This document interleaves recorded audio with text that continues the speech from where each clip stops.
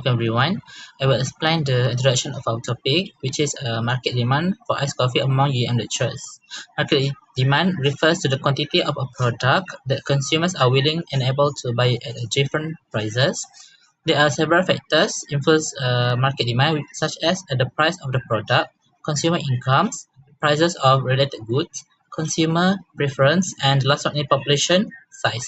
This factor helps us to understand why lecturers choose iced coffee for their choices. Next, I'm going to continue our key concept of demand.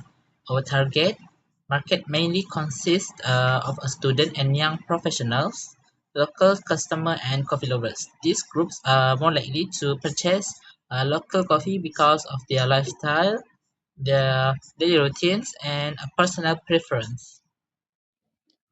Now I will explain the assumption of individual demand and market demand. Individual demand is the quantity of a product that one consumer is willing and able to buy at a different prices. It assumes that consumers act rationally, prefer more goods to fewer goods, and have consistent preference. Meanwhile, market demand is the total demand from all consumers in a market.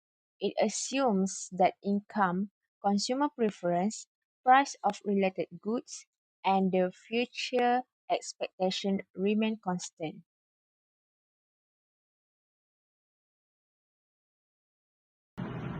This slide explains individual demand using the example of a UM student purchasing iced coffee.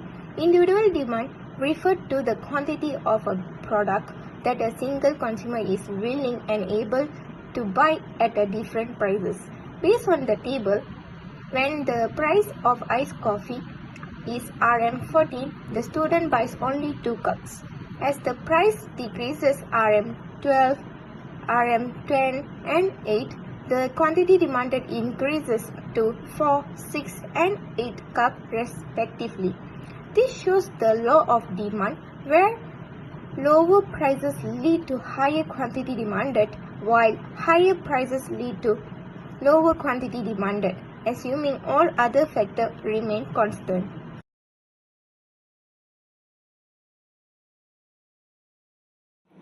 This part explains about the market demand.